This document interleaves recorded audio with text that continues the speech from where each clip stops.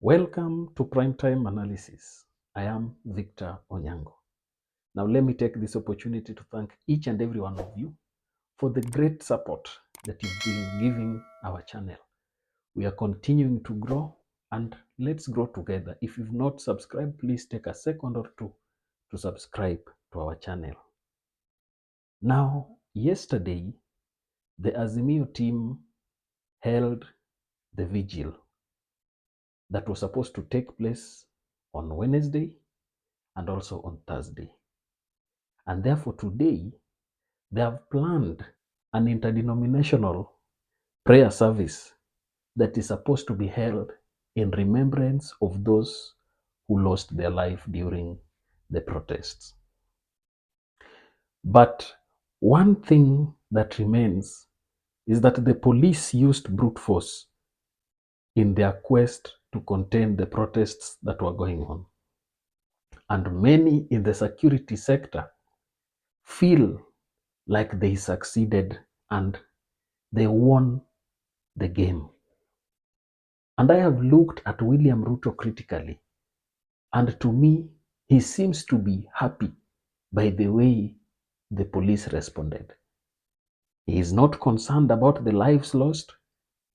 He has not issued a statement as the head of the republic to condemn either the demonstrations and the police brutality that was experienced.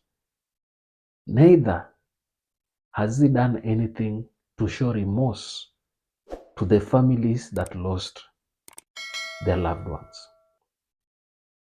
I know how much it feels, because looking at the images that we were getting, many Kenyans are nursing injuries in different hospitals across the country. And looking at the current economic situation, you will know that many people are struggling with making and meeting the hospital bills. And that is why the Azimio team has proposed a fundraiser so that they can have a way through which those who met these dreadful policemen and were injured and are nursing injuries in the hospitals can have their bills well catered for. But I do not want to focus on that right now. I just want you to listen to the head of state, President William Ruto, on how he is talking about the police. He started his 5-day tour in the coastal region.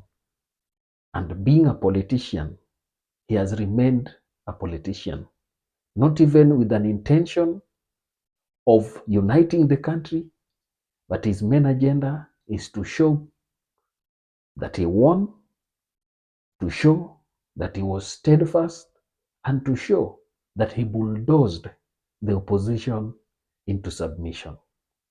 Listen to this clip. When you attack our policemen and security agencies, you are attacking the Republic of Kenya. You are attacking the Constitution and the rule of law. And you are promoting anarchy, and you are promoting destruction in the Republic. And that is a no-go zone. That is not acceptable. Wale watu wanajaribu kuchochea ati askari wetu ati wamefanya makosa kulinda haki, kutetea haki. Tuko na askari wengi zaidi ya 300. Wengi wako hospitalini, wameumizwa, wamepigwa mawe, wameumizwa na hata marisasi, wakichunga mali na maisha ya wananchi wa Kenya kutoka wakora na wahuni na watu ambao wanataka kuharibu usalama na kuharibu mali na kupoteza maisha ya Wakenya. Hiyo is not negotiable. Now, if you listen to that clip critically, you will note that the president is congratulating the police. And the main reason why he's congratulating the police is because they were successful in ensuring that the demonstrations were stopped. I do not know whether the president is truly happy deep inside his heart about how the police responded to these protesters. It is a question that many are asking, and me personally am asking, whether he even felt the pain that those who were killed by policemen felt. He talks about protecting life and property. He talks about the rule of law. If you ask me, in the first place, the police and the government had already suspended the constitution, because when they have suspended demonstrations, the rights provided by Article 37, where people are allowed to present petitions and picket peaceably and unarmed, and they can come and declare that they are illegal without any court interpretation in that effect. Already they had overthrown the constitution, and that is why they cannot pontificate and come back and say that their intentions were aimed at ensuring that life and property was protected. In this discussion, Kenyans have had different perspectives, and people have tried to argue based on their political lines, and to some extent, to the worst, on their tribal lines. There are people who believe those protesters are terrorists, they should have been killed en masse. There are people who also believe that the right of the protesters must be protected. But listen to how the president is speaking. As a head of state, for me, I believe any life lost is a life too much to be lost. And therefore, he should not chest thump and congratulate the police. In fact, he should be in the first in line to condemn the excessive use of force. And even in his signature way of lying to Kenyans, he could have even shown a little remorse so that those who are nursing injuries, those who are going through hard times, could feel that the president is with them together. The president has decided to take this country in a different trajectory. And history has a way of punishing those who do not build their countries better. The country was divided half in the middle. He knows he won by only 200,000 votes, and that it was like it was a dead heat. While the constitution provided for 50 plus 1, he was allowed to be sworn in and be the president. He had to know that his win was marginal and he was going to face serious opposition. Remember, over half of registered voters did not vote. And then, for those who voted, he only won with 200,000 votes. So the only thing he can say is that he has the legitimacy of leadership because of the 200,000 people. Should that make him think that he can monopolize ideas?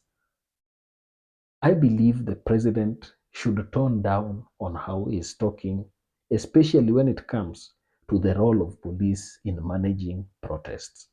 The police were outrightly gruesome and they were very brutal to Kenyans who are harmless. Because I don't know how you can explain several bullets fired and shot at a 17-year-old kid on the back. Surely, what was your aim? The aim was to kill, and it is very unfortunate to them that the person whom they shot 9 times is still alive. I believe the president, who is the commander-in-chief of the Kenya Defense Force, should prioritize protecting the life of Kenyans. And in that, he must realize that he is the symbol of national unity. Presidency, it's not about just numbers alone. It's also about putting the country to be one uniform and united country, where depending, regardless of your political divide, your tribal affiliation, you remain united in purpose for creating and building Kenya to be better. Listen to how Edwin Sifuna responded to them. Hii ndiyo kazi ambayo rais anaambia askari wake walifanya kazi mzuri. Hii nataka hao wanahabari wamuonyeshe, hii ndiyo kazi ambayo wanapigia, hii ndio wanapigia polisi makofi kwamba wamefanya kazi nzuri. Today we have had reports that some international hackers have hacked government websites because the security apparatus in this country only knows how to respond to maandamano. They think that is the only security threat in this country. If you watch the clip by Sifuna, he is trying to tell the government that do not focus on maiming innocent Kenyans in the name of protecting life and property, but have a wider aspect of handling your activities. Because he's asking if our country critical infrastructure can be attacked by hackers. Isn't that a serious issue of national security as compared to issues regarding protests?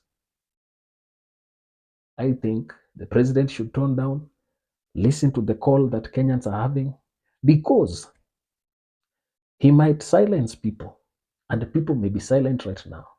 But if he has his way in the courts with the finance bill, and the serious effects of that finance bill start hitting Kenyans directly, people might say, what do we have over the life or over the presidency of President William Ruto? And they may not be willing to be led in a particular way. And that is how they will force him to sit with Kenyans down and talk about critical issues that can ensure that as a country we grow forward together.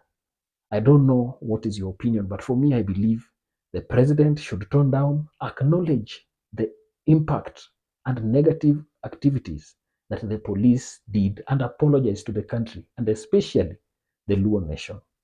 Let's meet in our next analysis. Today, Kenyans will be having the interdenominational prayers. Let's put our brothers and sisters who have lost their loved ones, those who are nursing injuries, let's pray for quick recovery for them. And let's hope the good Lord will show us new direction as Kenyans and as we go ahead with our daily activities. Thank you, and may God bless you.